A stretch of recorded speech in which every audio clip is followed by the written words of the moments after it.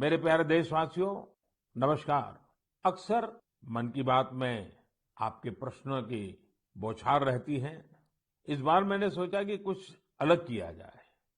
मैं आपसे प्रश्न करूं, तो ध्यान से सुनिए मेरे सवाल।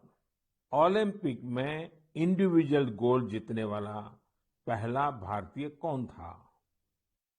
ओलंपिक के कौन से खेल में भारत ने अब तक सबसे ज्यादा मेडल जीते हैं? ओलंपिक में किस खिलाड़ी ने सबसे ज्यादा पदक जीते हैं?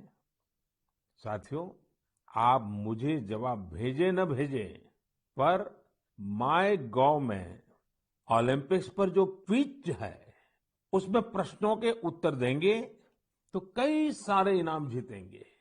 ऐसे बहुत सारे प्रश्न माय गॉव के रोड टू टोक्यो क्विज में है। आप रोड टू टोक्यो क्विज में भाग लें।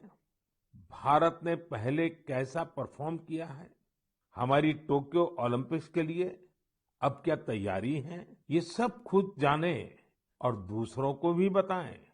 मैं आप सबसे आग्रह करना चाहता हूं कि आप इस क्विज कंपटीशन में जरूर हिस्सा लीजिए।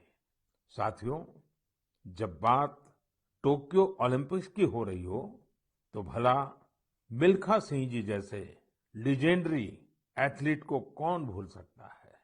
कुछ दिन पहले ही कोरोना ने उन्हें हमसे छीन लिया। जब वे अस्पताल में थे, तो मुझे उनसे बात करने का अवसर मिला था। बात करते हुए मैंने उनसे आग्रह किया था। मैंने कहा था कि आपने तो 1964 में टोक्यो ओलंपिक्स में भारत का प्रतिनिधित्व किया था, इसलिए इस बार जब हमारे खिलाड़ी ओलंपिक्स के लिए टोक्यो जा रहे हैं, तो आपको हमारे एथलीट्स का मनोबल बढ़ाना है, उन्हें अपने संदेश से प्रेरित करना है। वो खेल को लेकर इतना समर्पित और भावुक थे कि बीमारी में भी उन्होंने तुरंत ही इसके लिए हामी भर दी। लेकिन दुर्भाग्य से नियति को कुछ और मंजूर था। मुझे आज भी याद है, 2014 में वो सूरत आए थे। हम लोगों ने एक नाइट मैराथन का उद्घाटन किया था। उस समय उनसे जो गपशप हुई, खेलों के बारे में जो बात हुई, उससे मुझे भी बहुत प्रेरणा मिली थी। हम सब जानते हैं कि मिल्खा सिंह जी का पूरा परिवार स्पोर्ट्स को समर्पित रहा है, भारत का गौरव बढ़ाता रहा है। साथियों, जब टैलेंट, डेडिकेशन, डिटर्मिनेशन और स्पोर्ट्समैन स्पिरिट एक साथ मिलते हैं, तब जाकर कोई चैंपियन बनता है। हमारे देश में तो अधिकांश खिलाड़ी छोटे छोटे शहरों, कस्बों, गांवों से निकल करके आते हैं। टोक्यो जा रहे ओलंपिक दल में भी कई ऐसे खिलाड़ी शामिल हैं जिनका जीवन बहुत प्रेरित करता है। हमारे प्रवीण जाधव जी के बारे में आप सुनेंगे तो आपको भी लगेगा कि कितने कठिन संघर्षों से गुजरते हुए प्रवीण जी यहाँ पहुंचे हैं। प्रवीण जाधव जी महाराष्ट्र के सातारा जिले के एक गांव के रहने वाले हैं। वो आर्चरी के बेहतरीन खिलाड़ी हैं। उनके माता पिता मजदूरी कर परिवार चलाते हैं और अब उनका बेटा अपना पहला ओलंपिक्स खेलने टोक्यो जा रहा है। ये सिर्फ उनके माता पिता ही नहीं, हम सभी के लिए कितने गौरव की बात है। ऐसे ही एक और खिलाड़ी हैं हमारी नेहा गोयल जी। नेहा टोक्यो जा रही महिला हॉकी टीम की सदस्य हैं। उनकी माँ और बहनें साइकिल की फैक्ट्री में काम करके परिवार का खर्च जुटाती हैं। नेहा की तरह ही दीपिका कुमारी जी के जीवन का सफर भी उतार चढ़ाव भरा रहा है। दीपिका के पिता ऑटो रिक्शा चलाते हैं और उनकी माँ नर्स हैं। और अब देखिए, दीपिका अब टोक्यो ओलंपिक्स में भारत की तरफ से एकमात्र महिला तीरंदाज हैं। कभी विश्व की नंबर 1 तीरंदाज रही दीपिका के साथ हम सबकी शुभकामना है। साथियों, जीवन में हम जहां भी पहुंचते हैं, जितनी भी ऊंचाई प्राप्त करते हैं, जमीन से ये जुड़ाव हमेशा हमें अपनी जड़ों से बांधे रखता है।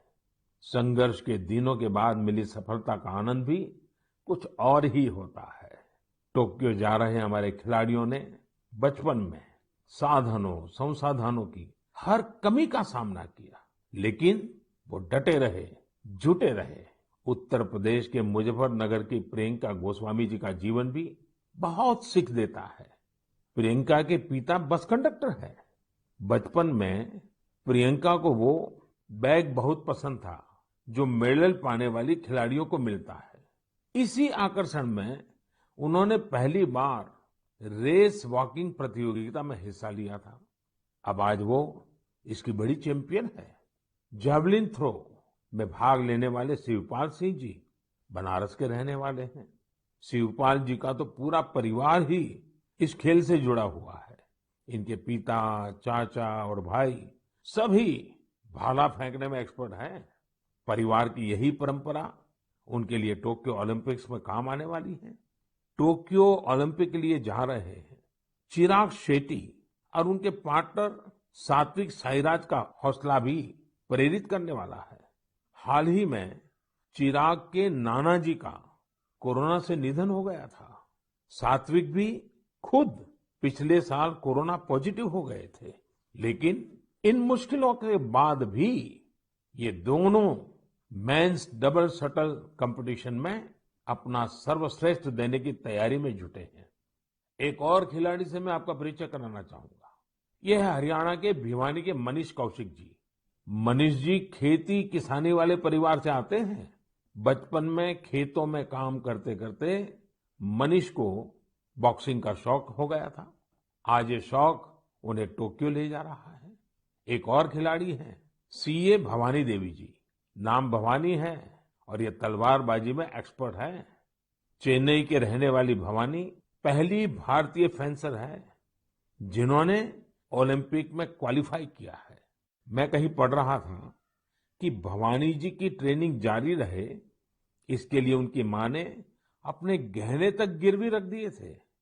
साथियों, ऐसे तो अनगिनत नाम है, लेकिन मन की बात में मैं आज कुछ ही नामों का जिक्र कर पाया हूं। टोक्यो जा रहे हर खिलाड़ी का अपना संघर्ष रहा है, बरसों की मेहनत रही है। वो सिर्फ अपने लिए ही नहीं जा रहे, बल्कि देश के लिए जा रहे हैं। इन खिलाड़ियों को भारत का गौरव भी बढ़ाना है और लोगों का दिल भी जीतना है। और इसलिए मेरे देशवासियों, में आपको भी एक सलाह देना चाहता हूं। हमें जाने अनजाने में भी हमारे इन खिलाड़ियों पर दबाव नहीं बनाना है, बल्कि खुले मन से इनका साथ देना है। हर खिलाड़ी का उत्साह बढ़ाना है। सोशल मीडिया पर आप हैशटैग चीयर फॉर इंडिया के साथ अपने इन खिलाड़ियों को शुभकामनाएं दे सकते हैं। आप कुछ और भी इनोवेटिव करना चाहें तो वो भी जरूर करें। अगर आपको कोई ऐसा आइडिया आता है जो हमारे खिलाड़ियों के लिए देश को मिलकर करना चाहिए, तो वो आप मुझे जरूर भेजिएगा। हम सब मिलकर टोक्यो जाने वाले अपने खिलाड़ियों को सपोर्ट करेंगे। Cheer for India, cheer for India, cheer for India. मेरे प्यारे देशवासियों, कोरोना के खिलाफ हम देशवासियों की लड़ाई जारी है, लेकिन इस लड़ाई में हम सब साथ मिलकर कई असाधारण मुकाम भी हासिल कर रहे हैं। अभी कुछ दिन पहले ही हमारे देश ने एक अभूतपूर्व काम किया है।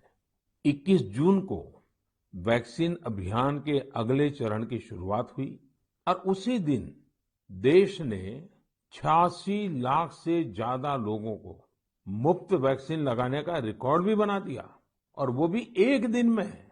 इतनी बड़ी संख्या में भारत सरकार की तरफ से मुफ्त वैक्सीनेशन, और वो भी एक दिन में, स्वाभाविक है इसकी चर्चा भी खूब हुई है। साथियों, एक साल पहले सबके सामने सवाल था कि वैक्सीन कब आएगी। आज हम एक दिन में लाखों लोगों को मेड इन इंडिया वैक्सीन मुफ्त में लगा रहे हैं, और यही तो नए भारत की ताकत है। साथियों, वैक्सीन की सेफ्टी देश के हर नागरिक को मिले, हमें लगातार प्रयास करते रहना है।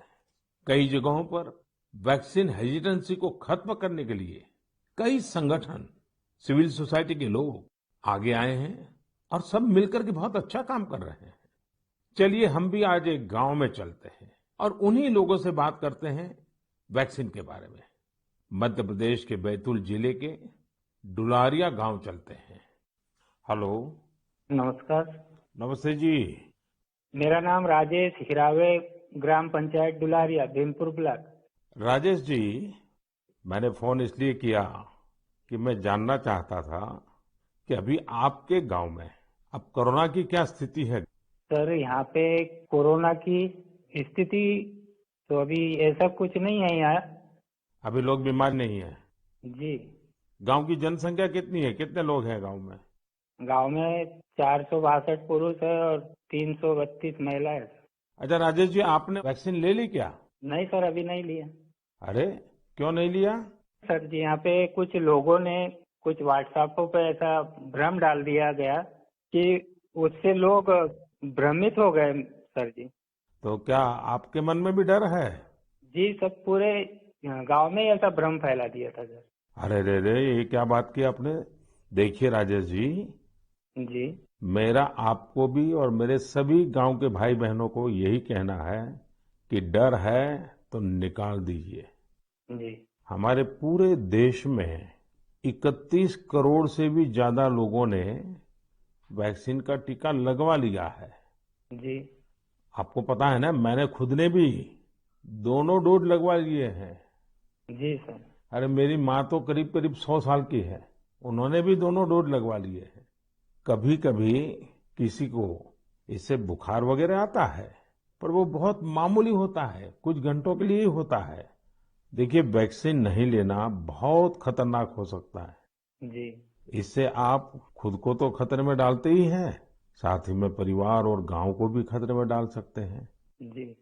और राजेश जी, इसलिए जितना जल्दी हो सके वैक्सीन लगवा लीजिए और गांव में सबको बताइए कि भारत सरकार की तरफ से मुफ्त वैक्सीन दी जा रही है और 18 वर्ष से ऊपर के सभी लोगों के लिए ये मुफ्त वैक्सीनेशन है। जी। जी। तो ये आप भी गांव में लोगों को बताइए, और गांव में ये डर का तो माहौल का कोई कारण ही नहीं है। कारण यही सर, कुछ लोगों ने ऐसी गलत अफवाह फैला दी जिससे लोग बहुत ही भयभीत हो गए। उसका उदाहरण देते, जैसा उस वैक्सीन को लगाने से बुखार आना, बुखार से और बीमारी फैल जाना, मतलब आदमी की मौत हो जाना, यहाँ तक के वो अफवाह फैलाए। हो। देखिए, आज तो इतने रेडियो, इतने टीवी, इतनी सारी खबरें मिलती हैं और इसलिए लोगों को समझाना बहुत सरल हो जाता है। और देखिए, मैं आपको बताऊं, भारत के अनेक गांव ऐसे हैं जहां सभी लोग वैक्सीन लगवा चुके हैं, यानी गांव के 100% लोग। जैसे मैं आपको एक उदाहरण देता हूं। जी। कश्मीर में बांदीपुरा जिला है। इस बांदीपुरा जिले में एक व्यवन गांव के लोगों ने मिलकर 100%, 100% वैक्सीन का लक्ष्य बनाया और उसे पूरा भी कर दिया। आज कश्मीर के इस गांव के 18 साल से ऊपर के सभी लोग टीका लगवा चुके हैं। नागालैंड के भी 3 गांवों के बारे में मुझे पता चला कि वहां भी सभी लोगों ने 100%, 100% टीका लगवा लिया है। जी। जी। राजेश जी, आपको भी अपने गांव, अपने आसपास के गांव में ये बात पहुंचानी चाहिए। और आप भी जैसे कहते हैं, ये भ्रम है, बस ये भ्रम ही है। जी। जी। तो भ्रम का जवाब यही है कि आपको खुद को टीका लिखा करके समझाना पड़ेगा सबको। करेंगे ना आप? जी सर। पक्का करेंगे? जी सर। जी सर, आपसे बात करने से मुझे ऐसा लगा कि मैं खुद भी टीका लगाऊंगा और लोगों को इसके बारे में आगे बढ़ाऊंगा। अच्छा, गांव में और भी कोई है जिनसे मैं बात कर सकता हूँ? जी है सर। कौन बात करेगा? हेलो सर, नमस्कार। नमस्ते जी, कौन बोल रहे हैं? मेरा नाम है किशोरीलाल धुर्वे। तो किशोरीलाल जी, अभी राजेश जी से बात हो रही थी जी सर। और वो तो बड़े दुखी होकर के भी बता रहे थे कि वैक्सीन को लेकर लोग अलग अलग बातें करते हैं। जी। आपने भी ऐसा सुना है क्या? हाँ, सुना तो हूँ सर वैसा। क्या सुना है? क्योंकि यह है सर, ये पास में महाराष्ट्र है, तो उधर से कुछ रिश्तेदारी से जुड़े लोग मतलब कुछ अफवाह फैलाते कि वैक्सीन लेने से लोग सर मर रहे हैं, कोई बीमार हो रहा है। इस तरह लोगों के पास ज्यादा भ्रम है सर, इसलिए नहीं ले रहे। नहीं, कहते क्या है, अब कोरोना चला गया ऐसा कहते हैं?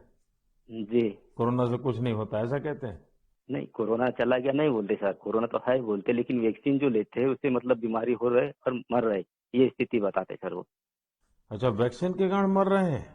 अपना क्षेत्र आदिवासी क्षेत्र है सर, ऐसे भी लोग इसमें जल्दी डरते हैं, जो भ्रम फैला देते इस कारण से, मतलब लोग नहीं ले रहे सर वैक्सीन। देखिए किशोरलाल जी, जी हाँ ये सर। अफवाह फैलाने वाले लोग तो अफवाहें फैलाते रहेंगे। जी। हमें तो जिंदगी बचानी है, अपने गांव वालों को बचाना है, अपने देशवासियों को बचाना है। और ये अगर कोई कहता है कि कोरोना चला गया तो ये भ्रम में मत रहिए। जी। ये बीमारी ऐसी है, ये बहुरूपिये वाली है। जी सर। वो रूप बदलती है, नए नए रंग रूप करके पहुंच जाती है। जी। और उसमें बचने के लिए हमारे पास दो रास्ते हैं। एक तो कोरोना के लिए जो प्रोटोकॉल बना है, मास्क पहनना, साबुन से बार बार हाथ धोना, दूरी बनाए रखना। और दूसरा रास्ता है, इसके साथ साथ वैक्सीन का टीका लगवाना, वो भी एक अच्छा सुरक्षा कवच है, तो उसकी चिंता करिए। जी। अच्छा किशोरलाल जी, ये बताइए, जी सर। जब लोग आपसे बातें करते तो आप कैसे समझाते हैं लोगों को? आप समझाने का काम करते हैं कि आप भी अफवाह में आ जाते हैं? अरे समझाए क्या, वो लोग ज्यादा हो जाते सर तो हम भी भयभीत में आ जाते ना सर। देखिए किशोरलाल जी, मेरी आपसे बात हुई है, आज आप मेरे साथी हैं। जी सर। आपको डरना नहीं है और लोगों के डर को भी निकालना है। निकालोगे? जी। निकालेंगे सर, लोगों के डर को भी निकालेंगे सर, मैं स्वयं भी खुद लगाऊंगा। देखिए, अफवाहों पर बिल्कुल ध्यान न दें। जी। आप जानते हैं हमारे वैज्ञानिकों ने कितनी मेहनत करके वैक्सीन बनाई है। जी सर। साल भर रात दिन इतने बड़े बड़े वैज्ञानिकों ने काम किया है। और इसलिए हमें विज्ञान पे भरोसा करना चाहिए, वैज्ञानिकों पर भरोसा करना चाहिए। और ये झूठ फैलाने वाले लोगों को बार बार समझाना चाहिए कि देखिए भाई, ऐसा नहीं होता है। इतने लोगों ने वैक्सीन ले लिया है, कुछ नहीं होता है। जी। और अफवाहों से बहुत बच करके रहना चाहिए, गांव को भी बचाना चाहिए। जी। और राजेश जी, किशोरलाल जी, आप जैसे साथियों को तो मैं कहूंगा कि आप अपने ही गांव में नहीं और गांवों में भी इन अफवाहों को रोकने का काम कीजिए और लोगों को बताइए मेरे से बात हुई है। जी सर। बता दीजिए, मेरा नाम बता दीजिए। बताएंगे सर और समझाएंगे लोगों को और स्वयं भी लेंगे। देखिए, आपके पूरे गांव को मेरी तरफ से शुभकामनाएं दीजिए। जी सर। और सभी से कहिए कि जब भी अपना नंबर आए, जी। वैक्सीन जरूर लगवाएं। ठीक है सर। मैं चाहूंगा कि गांव की महिलाओं को, हमारी माताओं बहनों को जी सर। इस काम में ज्यादा से ज्यादा जोड़िए और सक्रियता के साथ उनको साथ रखिए। जी। कभी कभी माताएं बहनें बात कहती है ना, लोग जल्दी मान जाते हैं। जी। आपके गांव में जब टीकाकरण पूरा हो जाए तो मुझे बताएंगे आप? हाँ बताएंगे सर। पक्का बताएंगे? जी। देखिए, मैं इंतजार करूंगा आपकी चिट्ठी का। जी सर। चलिए राजेश जी, किशोर जी, बहुत बहुत धन्यवाद, आपसे बात करने का मौका मिला। धन्यवाद सर, आपने हम बात किया है, बहुत बहुत धन्यवाद आपको भी। साथियों, कभी न कभी ये विश्व के लिए केस स्टडी का विषय बनेगा कि भारत के गांव के लोगों ने, हमारे वनवासी आदिवासी भाई बहनों ने इस कोरोना काल में किस तरह अपने सामर्थ्य और सूझबूझ का परिचय दिया। गांव के लोगों ने क्वारंटाइन सेंटर बनाए, स्थानीय जरूरतों को देखते हुए कोविड प्रोटोकॉल बनाए। गांव के लोगों ने किसी को भूखा नहीं सोने दिया, खेती का काम भी रुकने नहीं दिया। नजदीक के शहरों में दूध, सब्जियां, ये सब हर रोज पहुंचता रहे, ये भी गांव ने सुनिश्चित किया। यानी खुद को संभाला, औरों को भी संभाला। ऐसे ही हमें वैक्सीनेशन अभियान में भी करते रहना है। हमें जागरूक रहना भी है और जागरूक करना भी है। गांव में हर एक व्यक्ति को वैक्सीन लग जाए, ये हर गांव का लक्ष्य होना चाहिए। याद रखिए, और मैं तो आपको खास रूप से कहना चाहता हूं, आप एक सवाल अपने मन में पूछिए। हर कोई सफल होना चाहता है, लेकिन निर्णायक सफलता का मंत्र क्या है? निर्णायक सफलता का मंत्र है निरंतरता। इसलिए हमें सुस्त नहीं पड़ना है, किसी भ्रांति में नहीं रहना है।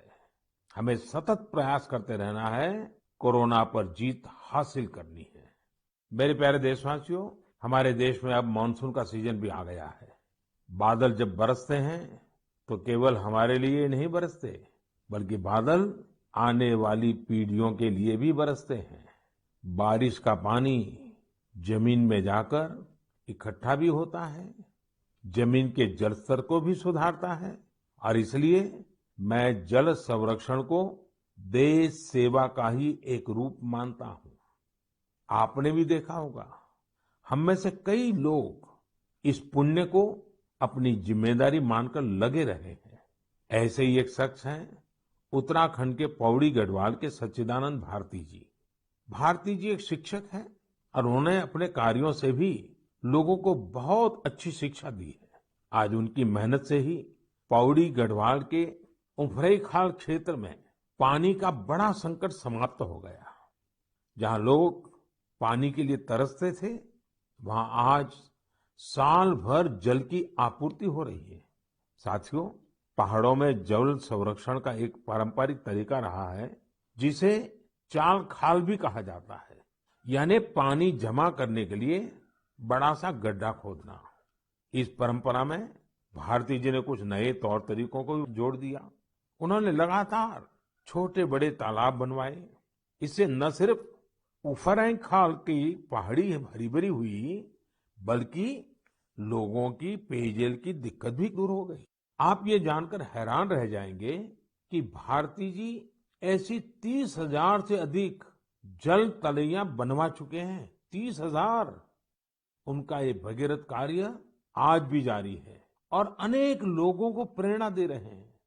साथियों, इसी तरह यूपी के बांदा जिले में अंधाव गांव के लोगों ने भी एक अलग ही तरह का प्रयास किया है। उन्होंने अपने अभियान को बड़ा ही दिलचस्प नाम दिया है, खेत का पानी खेत में, गांव का पानी गांव में। इस अभियान के तहत गांव के कई 100 बीघे खेतों में ऊंची ऊंची मेड़ बनाई गई है। इससे बारिश का पानी खेत में इकट्ठा होने लगा और जमीन में जाने लगा। अब ये सब लोग खेतों की मेड़ पर पेड़ लगाने की भी योजना बना रहे हैं। यानी अब किसानों को पानी, पेड़ और पैसा तीनों मिलेगा। अपने अच्छे कार्यों से पहचान तो उनके गांव की दूर दूर तक वैसे भी हो रही है। साथियों, इन सभी से प्रेरणा लेते हुए हम अपने आसपास जिस भी तरह से पानी बचा सकते हैं, हमें बचाना चाहिए।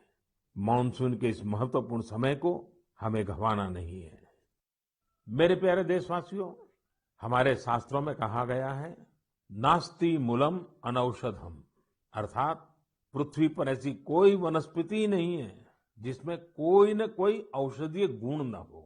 हमारे आसपास ऐसे कितने ही पेड़ पौधे होते हैं जिनमें अद्भुत गुण होते हैं, लेकिन कई बार हमें उनके बारे में पता ही नहीं होता। मुझे नैनीताल से एक साथी भाई परितोष ने इस विषय पर एक पत्र भेजा है। उन्होंने लिखा है कि उन्हें गिलोय और दूसरी कई वनस्पतियों के इतने चमत्कारी मेडिकल गुणों के बारे में कोरोना आने के बाद ही पता चला। परितोष ने मुझे आग्रह भी किया है कि मैं मन की बात के सभी श्रोताओं से कहूं कि आप अपने आसपास की वनस्पतियों के बारे में जानिए और दूसरों को भी बताइए। वास्तव में ये तो हमारी सदियों पुरानी विरासत है, जिसे हमें ही संजोना है। इसी दिशा में मध्य प्रदेश के सतना के एक साथी हैं श्रीमान रामलोटन कुशवाहा जी। उन्होंने बहुत ही सराहनीय काम किया है। रामलोटन जी ने अपने खेत में एक देशी म्यूजियम बनाया है। इस म्यूजियम में उन्होंने सैकड़ों औषधीय पौधों और बीजों का संग्रह किया है। इन्हें वो दूर सुदूर क्षेत्रों से यहाँ लेकर आए हैं। इसके अलावा वो हर साल कई तरह की भारतीय सब्जियां भी उगाते हैं। रामलोटन जी की इस बगिया, इस देशी म्यूजियम को लोग देखने भी आते हैं और उससे बहुत कुछ सीखते भी हैं। वाकई एक बहुत अच्छा प्रयोग है जिसे देश के अलग अलग क्षेत्रों में दोहराया जा सकता है। मैं चाहूंगा आप में से जो लोग इस तरह का प्रयास कर सकते हैं वो जरूर करें। इससे आपकी आय के नए साधन भी खुल सकते हैं।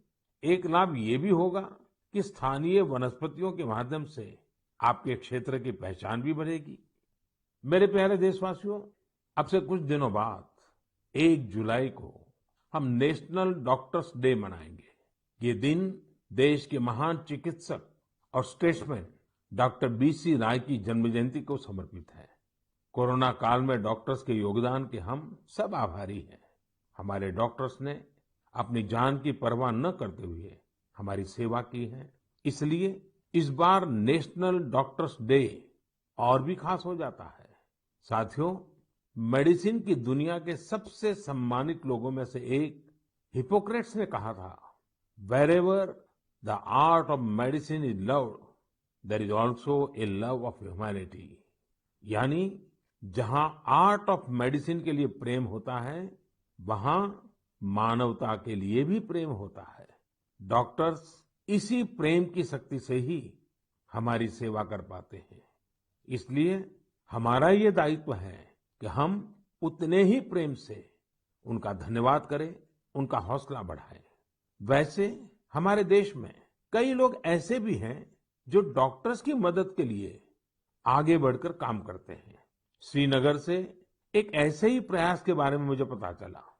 यहाँ डल झील में एक बोट एम्बुलेंस सर्विस की शुरुआत की गई। इस सेवा को श्रीनगर के तारिक अहमद पटलू जी ने शुरू किया, जो एक हाउस बोट ओनर है। उन्होंने खुद भी कोविड-19 से जंग लड़ी है और इसी से उन्हें एम्बुलेंस सर्विस शुरू करने के लिए प्रेरित किया। उनकी इस एम्बुलेंस से लोगों को जागरूक करने का अभियान भी चल रहा है। वो लगातार एम्बुलेंस से अनाउंसमेंट भी कर रहे हैं। कोशिश यही है कि लोग मास्क पहनने से लेकर दूसरी हर जरूरी सावधानी बरतें। साथियों, डॉक्टर्स डे के साथ ही 1 जुलाई को चार्टर्ड अकाउंटेंट्स डे भी मनाया जाता है। मैंने कुछ वर्ष पहले देश के चार्टर्ड अकाउंटेंट्स से ग्लोबल लेवल की भारतीय ऑडिट फर्म्स का उपहार मांगा था। आज मैं उन्हें इसकी याद दिलाना चाहता हूँ। अर्थव्यवस्था में पारदर्शिता लाने के लिए चार्टर्ड अकाउंटेंट्स बहुत अच्छी और सकारात्मक भूमिका निभा सकते हैं। मैं सभी चार्टर्ड अकाउंटेंट्स, उनके परिवार के सदस्यों को अपनी शुभकामनाएं देता हूँ। मेरे प्यारे देशवासियों, कोरोना के खिलाफ भारत की लड़ाई की एक बड़ी विशेषता है। इस लड़ाई में देश के हर व्यक्ति ने अपनी भूमिका निभाई है। मैंने मन की बात में अक्सर इसका जिक्र किया है, लेकिन कुछ लोगों को शिकायत भी रहती है कि उनके बारे में उतनी बात नहीं हो पाती है। अनेक लोग, चाहे बैंक स्टाफ हो, टीचर्स हो, छोटे व्यापारी या दुकानदार हो, दुकानों में काम करने वाले लोग हो, रेहड़ी पटरी वाले भाई बहन हो, सिक्योरिटी वॉचमैन या फिर पोस्टमैन और पोस्ट ऑफिस के कर्मचारी, दरअसल यह लिस्ट बहुत ही लंबी है और हर किसी ने अपनी भूमिका निभाई है। शासन प्रशासन में भी कितने ही लोग अलग अलग स्तर पर जुटे रहे हैं। साथियों, आपने संभवतः भारत सरकार में सचिव रहे गुरुप्रसाद महापात्र जी का नाम सुना होगा।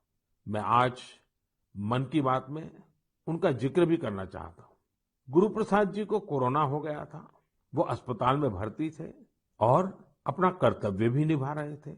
देश में ऑक्सीजन का उत्पादन बढ़े, दूर सुदूर इलाकों तक ऑक्सीजन पहुंचे, इसके लिए उन्होंने दिन रात काम किया। एक तरफ कोर्ट कचहरी का चक्कर, मीडिया का प्रेशर, एक साथ कई मोर्चों पर वो लड़ते रहे। बीमारी के दौरान उन्होंने काम करना बंद नहीं किया। मना करने के बाद भी वो जीत करके ऑक्सीजन पर होने वाली वीडियो कॉन्फ्रेंस में भी शामिल हो जाते थे। देशवासियों की इतनी चिंता थी उन्हें, वो अस्पताल के बेड पर खुद की परवाह किए बिना देश के लोगों तक ऑक्सीजन पहुंचाने के लिए इंतजाम में जुटे रहे। हम सबके लिए दुखद है कि इस कर्मयोगी को भी देश ने खो दिया है। कोरोना ने उन्हें हमसे छीन लिया है। ऐसे अनगिनत लोग हैं जिनकी चर्चा कभी हो नहीं पाई। ऐसे हर व्यक्ति को हमारी श्रद्धांजलि यही होगी कि हम कोविड प्रोटोकॉल का पूरी तरह पालन करें, वैक्सीन जरूर लगवाएं। मेरे प्यारे देशवासियों, मन की बात की सबसे अच्छी बात यह है कि इसमें मुझसे ज्यादा आप सबका योगदान रहता है। अभी मैंने माय गॉव में एक पोस्ट देखी जो चेन्नई के थिरु आर गुरुप्रसाद जी की है। उन्होंने जो लिखा है वो जानकर आपको भी अच्छा लगेगा। उन्होंने लिखा है कि वो मन की बात प्रोग्राम के रेगुलर लिसनर है। गुरुप्रसाद जी की पोस्ट से अब मैं कुछ पंक्तियां कोट कर रहा हूं। उन्होंने लिखा है, जब भी आप तमिलनाडु के बारे में बात करते हैं तो मेरा इंटरेस्ट और भी बढ़ जाता है। आपने तमिल भाषा और तमिल संस्कृति की महानता, तमिल त्योहारों और तमिलनाडु के प्रमुख स्थानों की चर्चा की है। गुरु प्रसाद जी आगे लिखते हैं कि मन की बात में मैंने तमिलनाडु के लोगों की उपलब्धियों के बारे में भी कई बार बताया है। थिरुकुरल के प्रति आपके प्यार और थिरुवल्लुवर जी के प्रति आपके आदर का तो कहना ही क्या। इसलिए मैंने मन की बात में आपने जो कुछ भी तमिलनाडु के बारे में बोला है उन सबको संकलित कर एक ई बुक तैयार की है। क्या आप इस ई बुक को लेकर कुछ बोलेंगे और इसे नमो ऐप पर भी रिलीज करेंगे? धन्यवाद। ये मैं गुरु प्रसाद जी का पत्र आपके सामने पढ़ रहा था। गुरु प्रसाद जी, आपकी ये पोस्ट पढ़कर बहुत आनंद आया। अब आप अपनी ई बुक में एक और पेज जोड़ दीजिए। नान तमिल कला चाराक्तिन पेरिये अभिमानी, नान उलगतलय पलमयान तमिल मोलियन पेरिये अभिमानी। उच्चारण का दोष अवश्य होगा, लेकिन मेरा प्रयास और मेरा प्रेम कभी भी कम नहीं होगा। जो तमिल भाषी नहीं है उन्हें मैं बताना चाहता हूँ, गुरु प्रसाद जी को मैंने कहा है, मैं तमिल संस्कृति का बहुत बड़ा प्रशंसक हूँ। मैं दुनिया की सबसे पुरानी भाषा तमिल का बड़ा प्रशंसक हूँ। साथियों, हर हिंदुस्तानी को विश्व की सबसे पुरातन भाषा हमारे देश की है, इसका गुणगान करना ही चाहिए, उस पर गर्व महसूस करना चाहिए। मैं भी तमिल को लेकर बहुत गर्व करता हूँ। गुरु प्रसाद जी, आपका ये प्रयास मेरे लिए एक नई दृष्टि देने वाला है, क्योंकि मैं मन की बात करता हूँ तो सहज सरल तरीके से अपनी बात रखता हूँ। मुझे नहीं मालूम था कि इसका ये भी एक एलिमेंट था। आपने जब पुरानी सारी बातों को इकट्ठा किया तो मैंने भी उसे एक बार नहीं बल्कि 2 बार पढ़ा। गुरु प्रसाद जी, आपकी इस बुक को मैं नमो ऐप पर जरूर अपलोड करवाऊंगा। भविष्य के प्रयासों के लिए आपको बहुत बहुत शुभकामनाएं। मेरे प्यारे देशवासियों, आज हमने कोरोना की कठिनाइयों और सावधानियों पर बात की। देश और देशवासियों की कई उपलब्धियों पर भी चर्चा की। अब एक और बड़ा अवसर भी हमारे सामने है। 15 अगस्त भी आने वाला है। आजादी के 75 वर्ष का अमृत महोत्सव हमारे लिए बहुत बड़ी प्रेरणा है। हम देश के लिए जीना सीखें। आजादी की जंग देश के लिए मरने वालों की कथा है। आजादी के बाद के इस समय को हमें देश के लिए जीने वालों की कथा बनाना है। हमारा मंत्र होना चाहिए इंडिया फर्स्ट। हमारे हर फैसले, हर निर्णय का आधार होना चाहिए इंडिया फर्स्ट। साथियों, अमृत महोत्सव में देश ने कई सामूहिक लक्ष्य भी तय किए हैं। जैसे हमें अपने स्वाधीनता सेनानियों को याद करते हुए उनसे जुड़े इतिहास को पुनर्जीवित करना है। आपको याद होगा कि मन की बात में मैंने युवाओं से स्वाधीनता संग्राम पर इतिहास लेखन करके शोध करने इसकी अपील की थी। मकसद ये था कि युवा प्रतिभाएं आगे आए, युवा सोच, युवा विचार सामने आए, युवा कलम नई ऊर्जा के साथ लेखन करे। मुझे ये देखकर बहुत अच्छा लगा कि बहुत ही कम समय में 2500 से ज्यादा युवा इस काम को करने के लिए आगे आए हैं।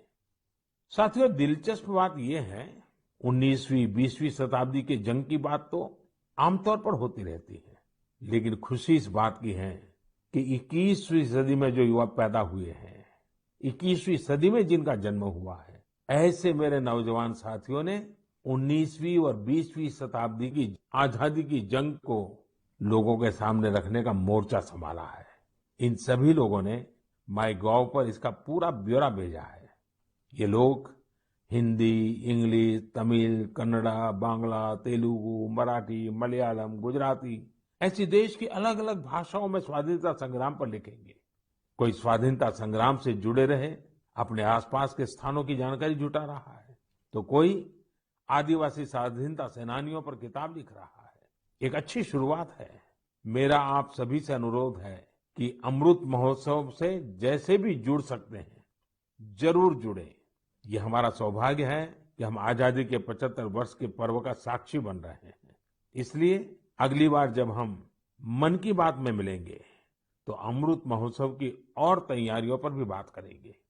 आप सब स्वस्थ रहिए, कोरोना से जुड़े नियमों का पालन करते हुए आगे बढ़िए, अपने नए नए प्रयासों से देश को ऐसे ही गति देते रहिए।